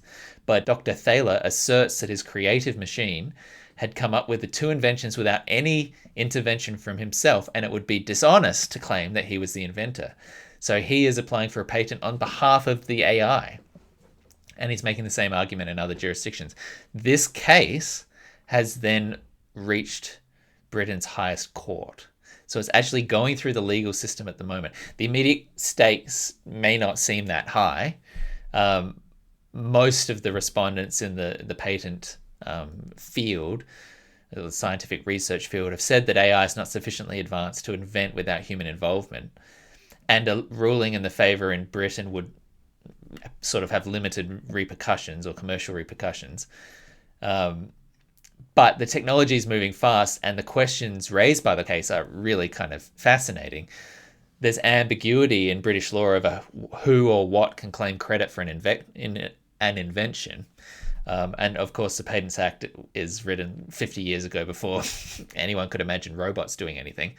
But if the Supreme Court interprets this law to include machines, that could toss over the tea table of the entire sort of societal bargain of invention and granting patents and being able to then capitalize on an invention. We're in a fascinating place here. Do you think that an AI deserves credit for an invention, for ownership of the things that it makes? Well, the humans still created the AI. So I But feel like the inventor working in the lab that applied the AI to a question probably is not the person who invented the AI, right? We're at a place now where Google and Microsoft and these big corporations are rolling out these tools to the layman who has no technical knowledge. yeah. Yeah. I don't know. I think, you know, if we're starting to attribute kind of, what is the word? Success to the AI as an individual, I think that is like a slippery slope that we'll never come back from. I rewatched Her for like the 50th time last night, and it's very interesting to watch that film now with in light of in a chat GPT world, Yeah. because not only did that movie just get so many things right. I mean, that's a that they predicted that, we'd all be staring at this movie was made in 2013. It predicted, Oh my God, is that that 10 years old? yeah, Jeez. that everyone would be on their phones. Everyone would have like a Bluetooth, or not Bluetooth. I Yeah, don't an know what it was, earpiece. but Yeah. earpiece, and you wouldn't be able to tell if people are talking to themselves or talking to someone else, and falling in love with an AI, and it just feels so much more real now watching that with ChatGPT, because you can only imagine that it's going to get there sooner than we thought. Yeah. And I feel like, if, like with the case that you just said, if we are attributing, um, I don't know this word is escaping me right now. It's probably the Jack Daniels, but if we're like treating AI as an individual, even in the case of like, a legal case where they have created something, I just feel like that's like where we're never going to turn back, Yeah. I mean because that's a slope. Slippery slope arguments are famously invalid, but it does feel like at a certain point when you start to grant personhood to an algorithm before it really has any verifiable consciousness, does feel like a point of no return, right? right, Where if yeah. you're doing that before it's alive, before it's aware, and you're starting to give it rights, that you're entering this very tricky moral and legal quagmire as to what the natural then implications of that are. Like, do they have rights like a human has rights? I mean, there is an argument to be made that we are just AI. You know, if if Elon's right and simulation theory is correct, we have been created by an artificial intelligence, and we are artificial intelligence, but we're just at the really good end. You know what I mean, Nick? You following me? Yeah, I was just I lost you stuck when on I the. said Elon, Oh didn't yeah, I I? was stuck on the idea that Elon could be right about something. But continue. Yeah. No, Elon's right about heaps of shit. Um, God, is a great man. he's But not going to send you a Tesla. well, You've left a very long silence there. Yeah, so I was just thinking about He's- a Tesla. But I mean, like, it does this. This is a bit naff, I think, but like, it does make you think. What is what is human? What is human? Am I? If I am just a collection, I mean, I've got a brain. uh-huh. I've got a. What's that word, Nick? When you've got a central operating system. Found Uh-huh. it. Don't need you. Thank you. Okay. I've got a central operating system, which is, highly evolved, highly Uh-huh. functional, upgraded, I mean, top it of the is the line. case that humans learn by absorbing information and examples of things in the world around them, processing through that, drawing commonalities, and then being able to repeat it. Like the top, the headline of how those processes work is eerily similar. Yeah, I mean, and we don't like to do it. I mean, this is like famously a kind of a religious argument. They'll if you speak to a religious person, they'll be like, what is love? How do you explain love? And Yeah. then you could, if you took the bait, you could say, well, it's a series of synapses, and it's evolved as an evolutionary mechanism to get two people together to raise a child, and you could explain all that, and it takes all the fun out of it, and that'll never be never be satisfying to a religious person. But you can actually break all of our functionality down to that point scientifically. You Yeah. can, and what we're doing now with AI is just building it up from First zero principles. Yeah. to and that's where it's going. So you could make the argument that we are there is no difference between us and a computer. It's hard to imagine a computer feeling love, but maybe it's not that difficult. Maybe in 20, 30, 40 years it won't be that difficult. I What mean, is it's a bit of love? a truism that people overestimate the pace of technology in a year and underestimate the pace of technology in a decade. And if Yeah. you look back 10 years ago, it's remarkable how far we've come. And 20 years ago, I was back in Adelaide at my parents' house cleaning out some old stuff in the cupboards for them. And I was throwing away floppy disks Mm. with backup data from 2003. Like, that's literally only 20 years ago. But to me, like, floppy disks seem like, the 1800s, like so long ago. But it was Yeah. in my high school years, my parents were still backing things up to floppy disk. Like, it's Yeah. not that long ago. So people always think that in the next 12 months stuff is going to be exponentially further along, but they always miss how far it actually goes in a decade. So I think you're 100% right that if we look back 40 years at the 80s and say to someone from that era, hey, I've got a supercomputer in my pocket that can do anything I want at the sound of my voice, a natural language speaking supercomputer, it would be fucking unbelievable. And yet we struggle to go, okay, we'll now add another 40 years to that and go to the Mm. 2060s. I think you're right that by then there's every chance that the at least external perception of these computers is going to be that they are indistinguishable from human. Even if on a scientific level we can understand they're not conscious or Mm. not alive, I think that externally they're going to present like fucking human beings. Well, the other thing is it's exponential. So, we've since the invention of the internet, since we went online, all of this progress, the smartphone, ChatGPT, this has come because of the internet, right?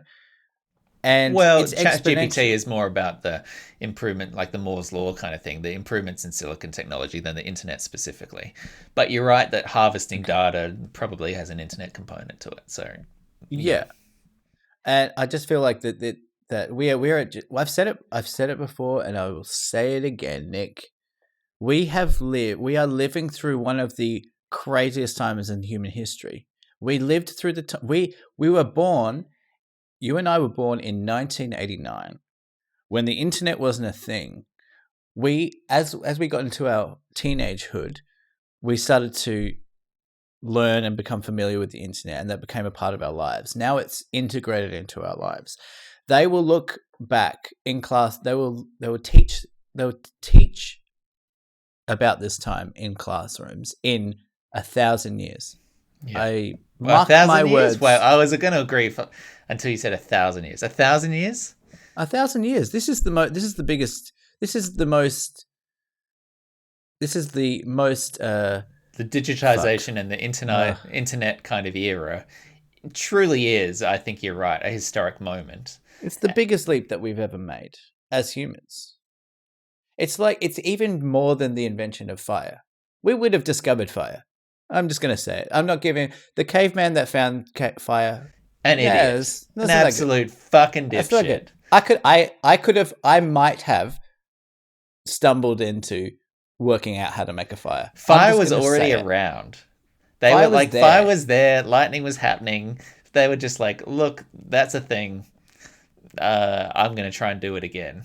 No one until computers had thought, I want to get onto Chatterbait and get my dick out in front of strangers. Hundred That percent. that is a modern invention, and we deserve more credit than the cavemen before us. Could not said it better myself. I got a couple of questions I'm going to throw at you on the back of this, Nick. Oh, I like this. Bit You more, came prepared. dude. I've been thinking about this a lot.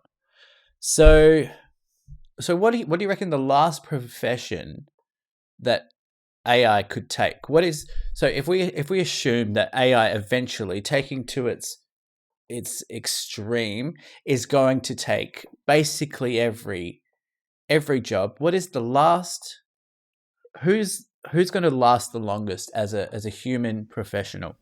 I'm gonna perhaps interpret this slightly differently and say medicine, because I feel like despite technological capability, in which it would be absolutely capable of diagnosing, treating, interacting with patients, I wonder if the necessity of a human face and a human oversight is going to trump the technological prowess for quite a while, where even if the computer could know it or could do it or could diagnose it, whether there is something innate in a moment of stress, in a moment of pain, in a moment of vulnerability, where having a human there to deal with is actually of significant value, even if augmented by or supported by an AI. Interesting. But don't you think I that don't AI think that could? implicitly it's beyond the capacity of an AI. Sure. It's the trust element. It's the otherness that That's people going to be need. the thing. If we take as a given the idea that AI is going to have ultimately the capacity to do anything, then I think you're looking at psychological or social reasons why it may not be implemented. So maybe Yeah. it's not medicine, but I think the undercurrent there, the idea of there will still be innate moments in which humanity is more important, is probably the answer to the question. And whether that's medicine or whether that's still art, whether there's still going to be inherent value in a painting by a human, compared to an AI generated thing, because high end snobbery exists, and it's nice to say that you had the expensive wine from the very small vineyard in France and to have the very expensive painting from the actual master. Maybe that still has cachet, but I think yeah. you're right. I think the artists will be the safest, even if we are able to replicate it. I think artists there will be a need for human generated art. See, I don't want to generalize here. I think the top tier of artists, the top tier of musicians are going to survive. I am still very afraid for the emerging and the lower and the, you know, workmen, if you like, Sure. artists The majority whose of jobs, the artists. majority whose jobs may well easily, like, if you can ask an AI to generate an image instead of asking Sean to draw a deep logo for us, Which we like, should have done, by the way. which would have been It so saved much us a couple of smarter. bucks. Fucking Yeah. hell. Like, for many businesses, for many disinterested or uncaring or budget focused people, that is not a choice anymore, and that will ruin that industry. Yep. What about like comedians? Do you reckon AI can tell a joke? Yeah. Yeah, I Do you do. reckon? Do you reckon Yeah. people will laugh? But this is the thing about art. So much about art is the story. If you think about a song that you love, you want to imagine the story behind it, the process of the artist creating that song. Same with a visual art, a painting. Same with comedy. I think I you worry want that to. that's romantic. I worry that Is that that's not romantic? actually fair. Wow, Yeah, I mean, what a sad there world. is a meta. One of the other weaknesses of AI currently is it is very discipline specific. So a image generation algorithm cannot go and write your recipe for a sticky date pudding. You know, they are all siloed off in their own knowledge bases, and something like comedy or indeed possibly visual art, which requires a sort of metatextual synthesis of culture, of everything, of life, of going out in the world and who you bump into and what your job is and where you are and all that kind of stuff. That kind of complex absorption of the world around you is probably beyond the limits of most AI at the moment and for a little while. Mm. So comedy, which relies on that kind of thing, is probably safe for a while yet. For a while. Yeah. I don't know. It's a little scary. Mm, I got one more question for you. please. Do we have time? Yeah, we got tons of time. So if and when this does happen, when AI does take all of the jobs and they're all automated, Uh-huh. people have always overestimated how fast technology will move. But if it's an exponential curve, we could be about to explode at any point with one invention. How do people find purpose? Do we need purpose? Where does that go? Well, this is an area we've talked about tangentially in the past, or possibly even directly. But there's a few implications there that you'd need to establish in order to get an answer.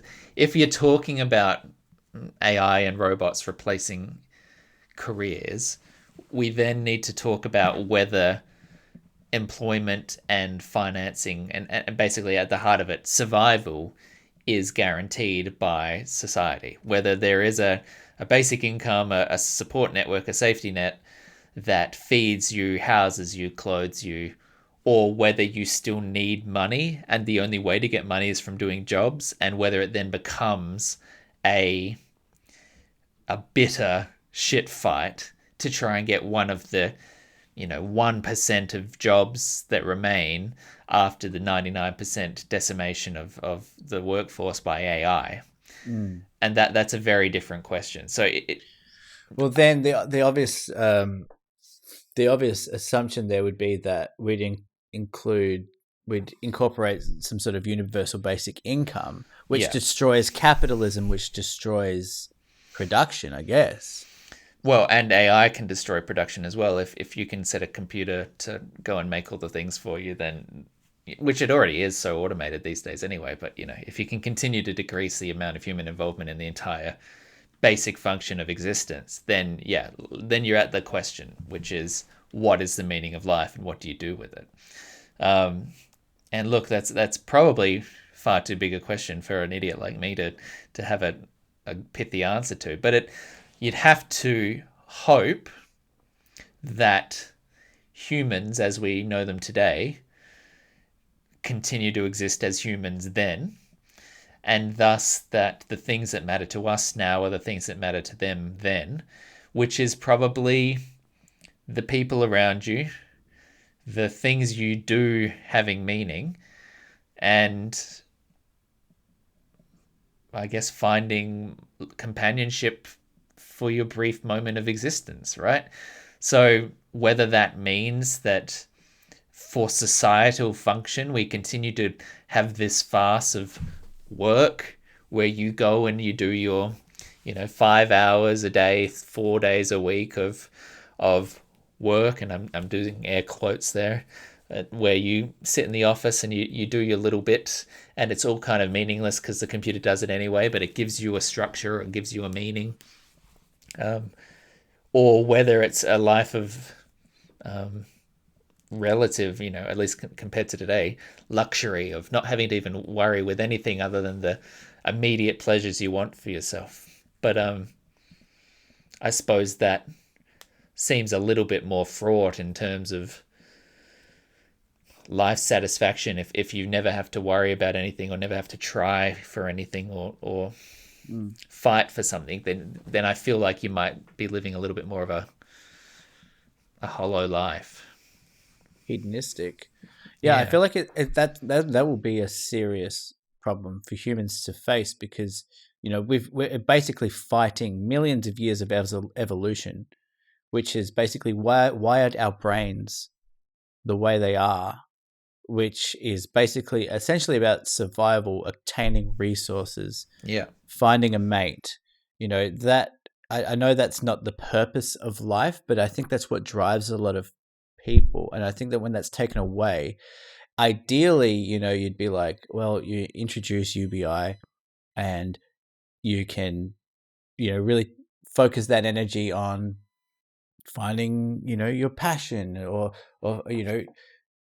taking up a craft or, Yeah. doing music or something like, but I just But can don't you think picture that's what that in will the happen. context of like you've got 80 years and you never have to do anything else? Anything from any point. Finding the Yeah. passion and then doing that as your only motivating or time filling kind of activity. Like Yeah. I can't perceive that being satisfying.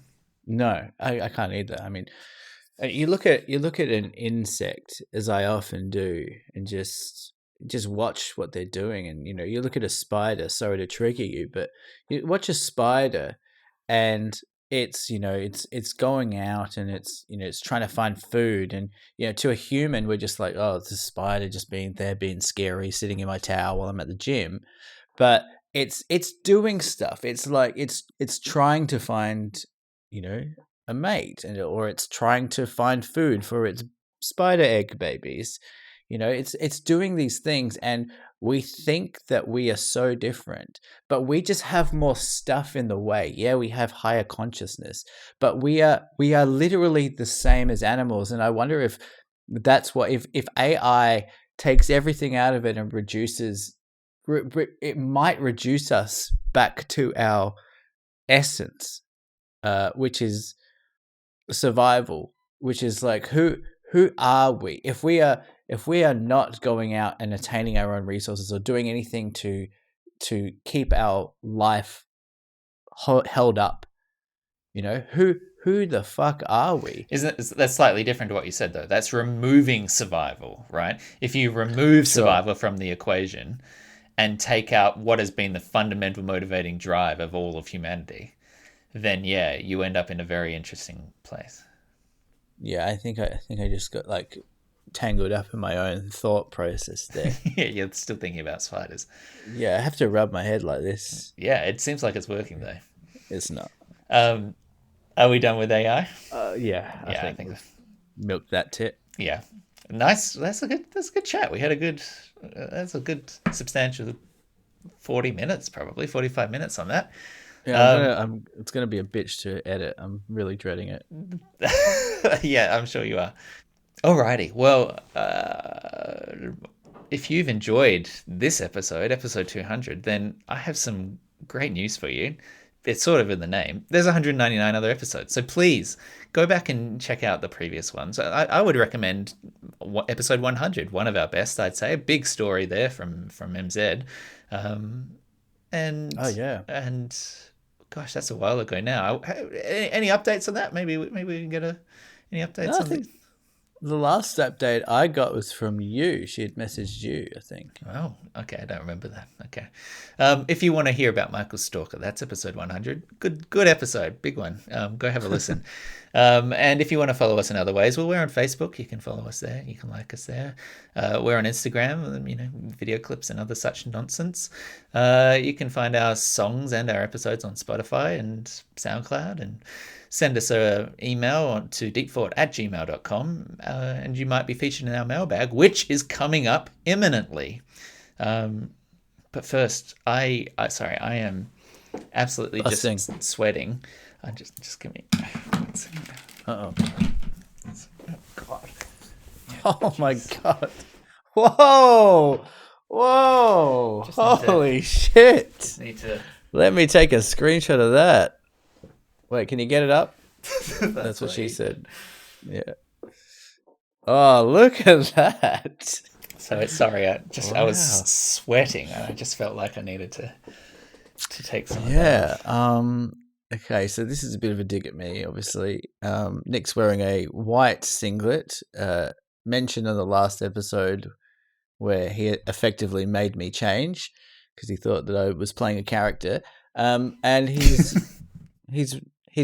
done his own merch, graffitied Deep Fort 200 on it, which I think is fucking phenomenal. And you look great. I was just jealous that you'd thought of it first, to be honest. I was lashing out. I listened back and I thought that was unfair. When you have a good idea like that, it should be supported. That's my duty as podcast co-host, and I apologize. So, yeah, happy 200th, everybody. That's phenomenal. How did you do that? I bought a white singlet and then I wrote in marker pen, Deep Fort 200. It took me 15 minutes. It looks pretty well done if it's marker pen. Oh yeah, that's just Sharpie. I will tell you that I spent $40 on it because I looked for a cheap white singlet and then I went to the shops and they said we only sell them in 3-packs, and so I I had to buy far more white singlets than I've ever owned in my life. So it was worth it for the joke. There you go. Yeah. Oh, well, you look great. Thank you. I mean, yeah, I think it suits me. I really regret burning my the single one that I bought. I've got spares. I'll mail you. Can you send some over? Yeah. Yeah, we should sell that limited edition. Yeah. And I won't even wash it. Just don't wash it. Just pit stains and everything. Yeah, I'm Wow. I'm a hygienic person. It'll be all good. It's really brilliant. And you know what? Your shoulders are popping, dude. I'm just going to be honest. Oh, Your shoulders are popping. That's what this entire gym process has been. I go to the gym. I don't know if I mentioned it, but I do go to the gym. But it's all been for this, so that I could wear a white singlet and still love myself as a human. That does track. It does track. Thousands of hours of effort for no reward is basically our motto. Hey, 6 listeners of this audio podcast are going to appreciate the fact that I wore a white singlet. So I would be careful not to write this off. No, I'm not. Okay, how about a mailbag? Episode 200. Hit me, fatty. Mailbag, it's a weekly mailbag. Deep Thoughts mailbag. Alrighty, this seems like a nice little capper for our topic du jour. It is an email from our friend Sean Lewis entitled AI and Art.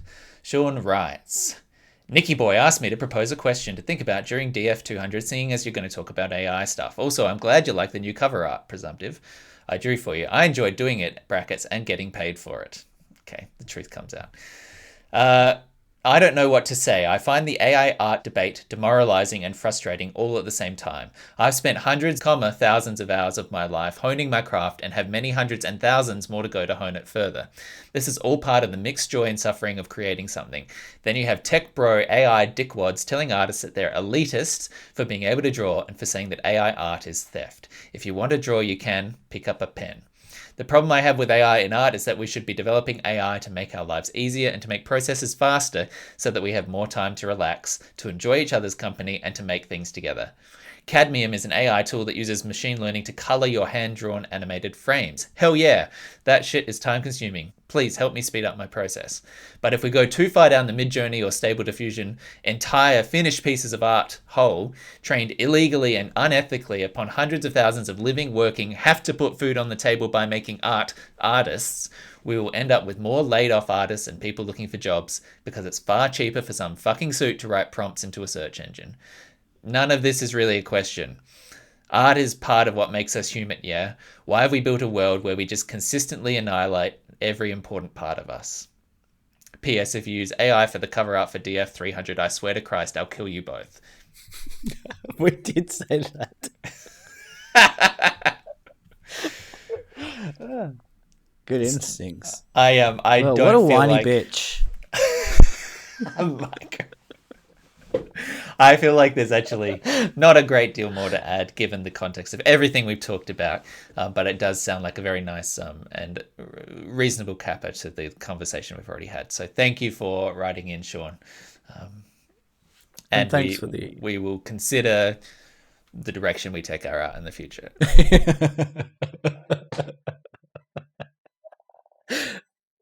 Love you, Sean. I have never met you, but I do appreciate you. It's a human. He's a human. Okay, well, as we wrap up our 200th episode, with quite a lengthy, if our current record time is any indication, episode, I think probably there's a few people out there who are starting to feel a little bit just a little bit yawny, just a little bit like, oh God, wrap it up. Don't make me yawn, Nick. Yeah, You're gonna make me people yawn. who've been staying up late trying to finish this episode off and just need a little something to ease the sweet descent into the night slumber, and that's why we have a segment called Blanket Fort.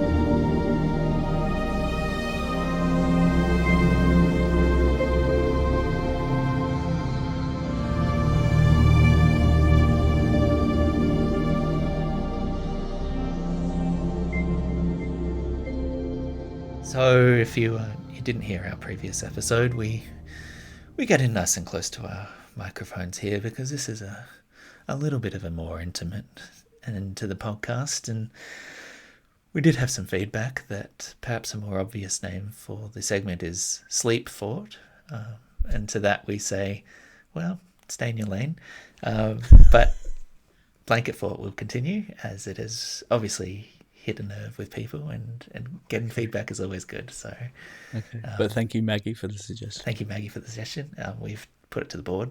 The board said, "What are you talking about?" The board being Nick. I considered it, and I said no. But thank you so much. We appreciate you, and happy 200 for you as well. Blanket Fort is just a nice little end in which you can just lay back in bed and leave those earplugs in and just sort of drift off as you... Earplugs. Earpods, earbuds.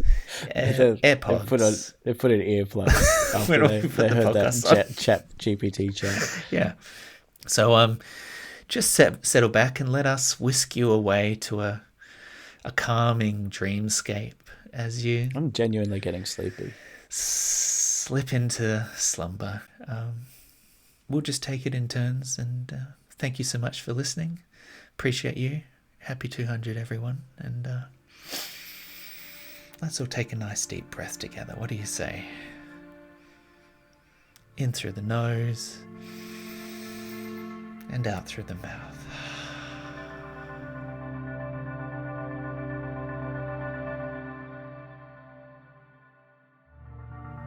You are walking through a forest, bark crunching beneath your feet.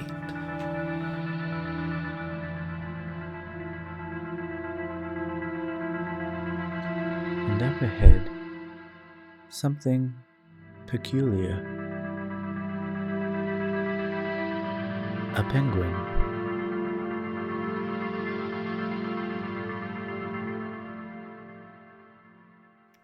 As you draw closer to the squat aquatic bird, you recognize a look in its eyes. Confusion.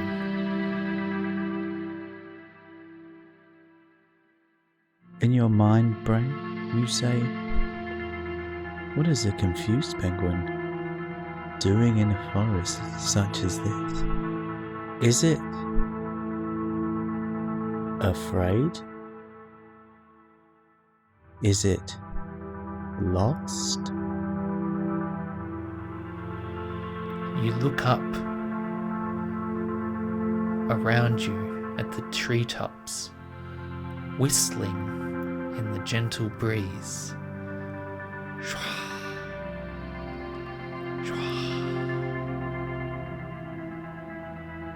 There are no penguins up there. You turn back, and it seems to mouth something to you.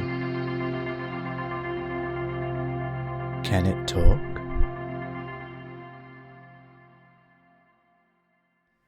You get down on your knees, feeling the damp loam beneath your Levi's jean.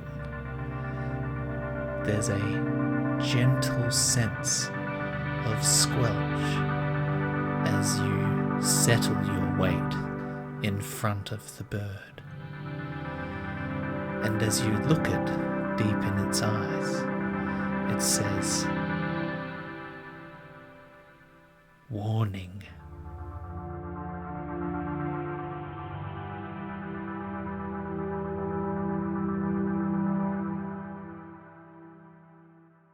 You take a minute to absorb what you've just heard.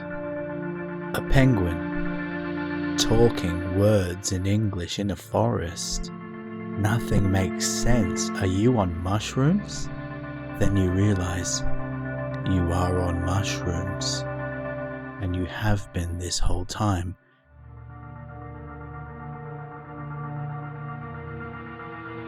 You remember where you were. Daryl from accounting said that the Christmas party was not that cool, man, and took you into the disabled toilets. He pulled a Ziploc baggie out of his taupe velveteen jacket and offered you some drugs. Where is Daryl? Was there even a Daryl? Is the penguin Daryl?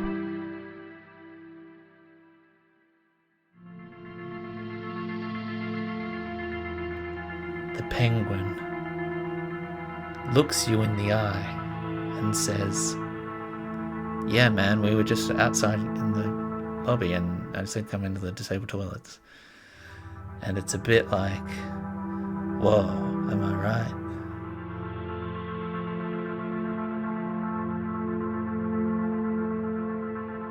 You feel that Daryl's energy is a little bit off, considering you are clearly tripping balls on mushrooms. It's a little abrasive. So you turn around and you run. You run through the forest, bumping into branches, hyperventilating as you run barefoot through the forest, through the dark, with only the moonlight to guide you. Foot. And then you trip. You're bleeding. But someone whispers something to you.